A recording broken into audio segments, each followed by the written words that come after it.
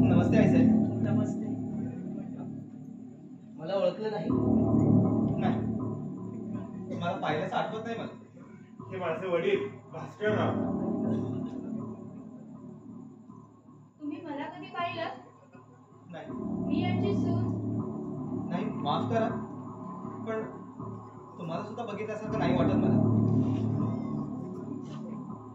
थांबा, हिला तुम्ही नक्की ओळखत असाल.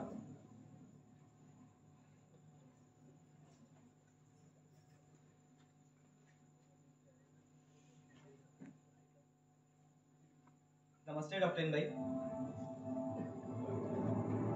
हा माझा चेहरा तुम्ही कधीच पाहिल्याचं आठवण नाही. शिवापूरला कृष्णेच्या वाळवंटात अगदी अगदी या बहिणीकडे फुलं भरण्याचा कार्यक्रम होता तेव्हा. नाही, मी तुम्हाला प्रथम पाहिलं तर डॉक्टरांचा सत्कार झाला ना त्याच रात्री. त्यापूर्वी कधीच नाही. नाही डॉक्टर हे कुणालाच ओळखत नाही. आता भैया साहेब आले तर काय सांगायचं? डॉक्टर, काय प्रकार आहे हा? यांच्यापैकी कोणालाच तुम्ही ओळखत नाही? नाही आहे सर, नाही. राम, तू हरलास. हे ऑपरेशन यशस्वी झालेलं नाहीये. राम, तू तुझ्या खोट्या स्वतःच्या स्वार्थासाठी ऑपरेशनचा खोटा बहाणा केलास. राम, मी तुझ्यापेक्षा चांगल्या डॉक्टरकडे यांना घेऊन जाईन. वाटते तेवढा पैसा खर्च झाला तरी हरकत नाही. नाही. यश अपयश दूर काढी. नाही, अगं काय बोलतेस रे? मी माझ्या कर्तव्यात चुकलेलो नाही आई. आई, अगं तू सांगितल्याप्रमाणे मी डॉक्टर आहे, मी कधीही विसरलेलो नाहीये. आई, अगं माझा विश्वास ठेव ग.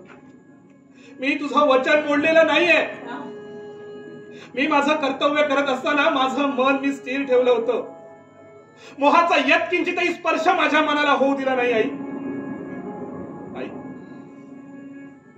मी नवरा म्हणून कदाचित अपयशी ठरलो असेल, पण डॉक्टर म्हणून हे अपयश माझ्यावर लादू नकोस आई, लादू नकोस.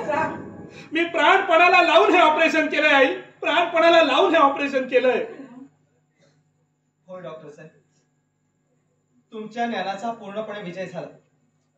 मला सारं काही आठवतं. सारं काही आठवतं. मग सांगा सांगा सांगा, तुम्ही कोण आहात? सांगतो डॉक्टर, सांगतो.